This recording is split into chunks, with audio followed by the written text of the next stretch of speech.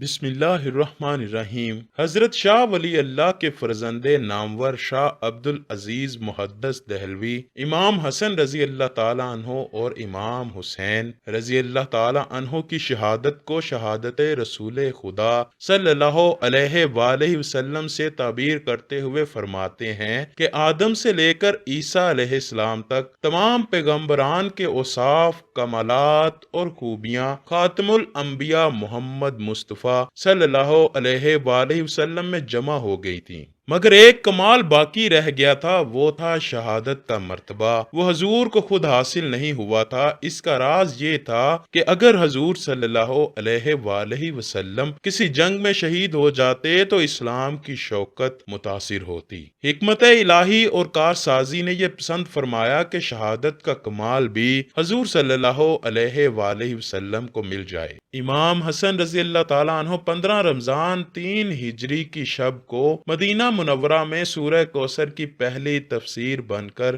صحن علی المرتضی رضی اللہ تعالیٰ عنہ و خاتون جنت حضرت فاطمہ زہرا رضی اللہ تعالی عنہا میں تشریف لائے۔ رسول خدا صلی اللہ علیہ وآلہ وسلم کے لیے امام حسن کی آمد بہت بڑی خوشی تھی، کیونکہ جب مکہ مکرمہ میں رسول کریم کے بیٹے یکے بعد دیگرے وفات فرماتے رہے تو مشرکین طعنے دیتے اور آپ کو بڑا صدمہ پہنچتا۔ مشرکین کو جواب کے لیے قرآن مجید میں سورہ کوثر نازل ہوئی، جس میں آپ کو خوشخبری دی گئی کہ خدا نے آپ کو کثرت اولاد عطا فرمائی ہے اور مقطوع النسل آپ صلی اللہ علیہ وآلہ وسلم نہیں ہوں گے، بلکہ آپ کا دشمن ہوگا۔ دنیا میں ہر انسان کی نسل اس کے بیٹے سے ہے، لیکن کائنات کی اشرف ترین ہستی سرور کونین حضرت محمد مصطفیٰ صلی اللہ علیہ وآلہ وسلم کی نسل کا ذریعہ ان کی بیٹی حضرت فاطمہ رضی اللہ تعالی عنہا یعنی امام حسن و حسین کو قرار دیا گیا۔ حضرت ابن عباس رضی اللہ تعالی عنہ سے روایت ہے کہ آقا و مولا صلی اللہ علیہ وآلہ وسلم نے حسن بن علی کو اپنے کندھوں پر اٹھایا ہوا تھا تو ایک آدمی نے کہا، اے لڑکے، کیا خوب سواری پر سوار ہو؟ نبی کریم نے فرمایا کہ سوار بھی تو بہت خوب ہے۔ حضرت ابو ہریرہ رضی اللہ تعالی عنہ فرماتے ہیں کہ ہم آقا و مولا صلی اللہ علیہ وآلہ وسلم کے ساتھ سفر پر نکلے، راستے میں آپ نے حسنین کریمین کے رونے کی آواز سنی تو آپ ان کے پاس تشریف لے گئے اور رونے کا سبب پوچھا۔ سیدہ فاطمہ رضی اللہ تعالی عنہا نے بتایا کہ انہیں سخت پیاس لگی ہے۔ حضور پانی کے لیے مشکیزے کی طرف بڑھے تو پانی ختم ہو چکا تھا۔ آپ نے لوگوں سے دریافت کیا، مگر گرمی کی وجہ سے زیادہ استعمال کے باعث کسی کے پاس پانی موجود نہ تھا۔ آپ نے سیدہ فاطمہ سے فرمایا، ایک صاحبزادہ مجھے دے دو۔ انہوں نے پردے کے نیچے سے ایک شہزادہ دے دیا۔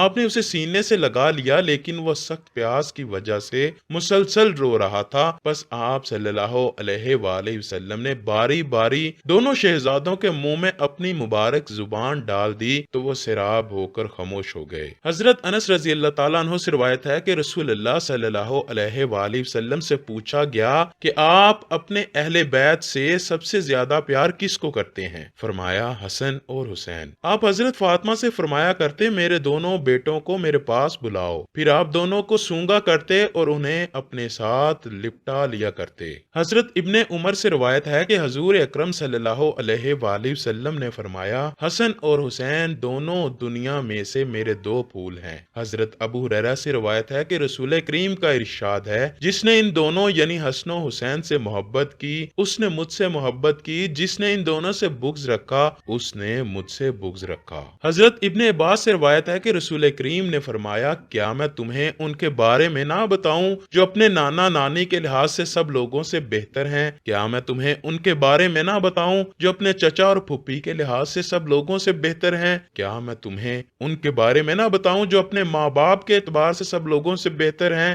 وہ حسن اور حسین ہیں۔ سیدہ فاطمہ سے روایت ہے کہ وہ حضرت حسن اور حضرت حسین کو رسول کریم کے مرض الوصال کے دوران آپ کی خدمت میں لائیں اور عرض کی، یا رسول اللہ، انہیں اپنی وراثت میں سے کچھ عطا فرمائیں۔ رسول کریم نے فرمایا، حسن میری ہیبت اور سرداری کا وارث ہے اور حسین میری جرت اور سخاوت کا وارث ہے۔ امام حسن مجتبی رضی اللہ تعالی عنہ نے 7 سال اور کچھ مہینے تک اپنے نانا رسول خدا کا زمانہ دیکھا اور آن حضرت کی کی آگوش محبت میں پرورش پائی۔ پیغمبر اکرم صلی اللہ علیہ وآلہ وسلم کی وفات کے بعد جو حضرت فاطمہ الزہرا رضی اللہ تعالیٰ عنہ کی وفات سے 3 سے 6 مہینے پہلے ہوئی، آپ اپنے والد ماجد کے زیر تربیت آ گئے تھے۔ امام حسن مجتبیٰ رضی اللہ تعالیٰ عنہ اپنے والد گرامی کی شہادت کے بعد امامت کے درجے پر فائز ہوئے، اس کے ساتھ خلافت اسلامیہ پر بھی متمکن ہوئے اور تقریباً 6 ماہ تک آپ امور مملکت کا نظم و نسق سنبھالا۔ امام زین العابدین رضی اللہ تعالیٰ عنہ فرماتے ہیں کہ امام حسن رضی اللہ تعالیٰ عنہ زبردست عابد، بے مثل زاہد، افضل ترین عالم تھے۔ آپ نے جب بھی حج فرمایا پیدل فرمایا، کبھی کبھی پابرہنہ حج کے لیے جاتے تھے۔ آپ اکثر یاد خدا بندی میں گریا کرتے تھے۔ جب آپ وضو کرتے تھے تو آپ کے چہرے کا رنگ زرد ہو جایا کرتا تھا، اور جب نماز کے لیے کھڑے ہوتے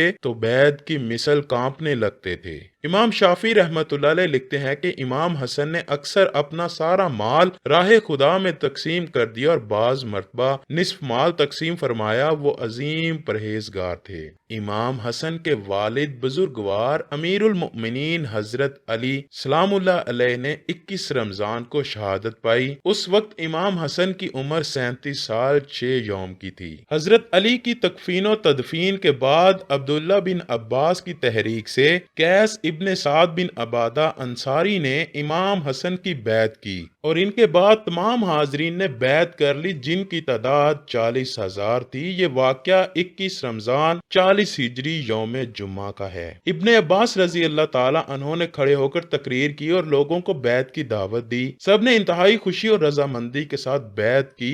آپ نے مستقبل کے حالات کا صحیح اندازہ کرتے ہوئے اسی وقت لوگوں سے صاف صاف یہ شرط کر دی، اگر میں صلح کروں تو تم کو صلح کرنا ہوگی، اگر میں جنگ کروں تو تمہیں میرے ساتھ مل کر جنگ کرنا ہوگی۔ سب نے اس شرط کو قبول کر لیا۔ آپ نے انتظام حکومت اپنے ہاتھ میں لیا، لیکن جب آپ نے دیکھا کہ اسلامی معاشرہ انتشار کا شکار ہے تو آپ تخت حکومت کو خیر بات کہہ دیا، کیونکہ امام حسن رضی اللہ تعالی عنہ کا واحد مقصد حکم خدا اور حکم رسول کی پابندی کا اجرا تھا۔ امام حسن نے دین خدا کی سر بلندی، فتنہ و فساد کا سر کچلنے، کتاب خدا اور سنت رسول پر عمل درآمد کو یقینی بنانے کے لیے اپنے نانا رسول خدا کی صلح حدیبیہ کی تاسی میں تخت حکومت کو ٹھوکر مار کر جو تاریخی صلح کی، وہ اسلام کی تاریخ کا ایسا ناقابل فراموش باب ہے جس کی نظیر نہیں ملتی۔ امام حسن اگرچہ صلح کے بعد مدینہ میں گوشہ نشین ہو گئے تھے، لیکن حق کے مرکز اور تعلیمات محمدی صلی اللہ علیہ وآلہ وسلم کے سرچشمہ امام حسن رضی اللہ تعالی عنہ کا قائم رہنا دشمنان دین کو کب گوارا تھا۔ اس لیے جادہ بنت اشد کو انعام و اکرام کی لالچ دے کر نواسہ رسول خدا صلی اللہ علیہ وآلہ وسلم امام حسن کو زہر دے کر شہید کر دیا گیا۔ رسول کے پیارے نواسے امام حسن نے 28 صفر 50 ہجری کو جام شہادت نوش کیا اور جنت البقیع میں مدفون ہوئے۔ اللہ سے دعا ہے کہ وہ ہمیں نبی مکرم صلی اللہ علیہ وآلہ وسلم اور ان کی آل پاک سے سچی و پکی محبت عطا فرمائے۔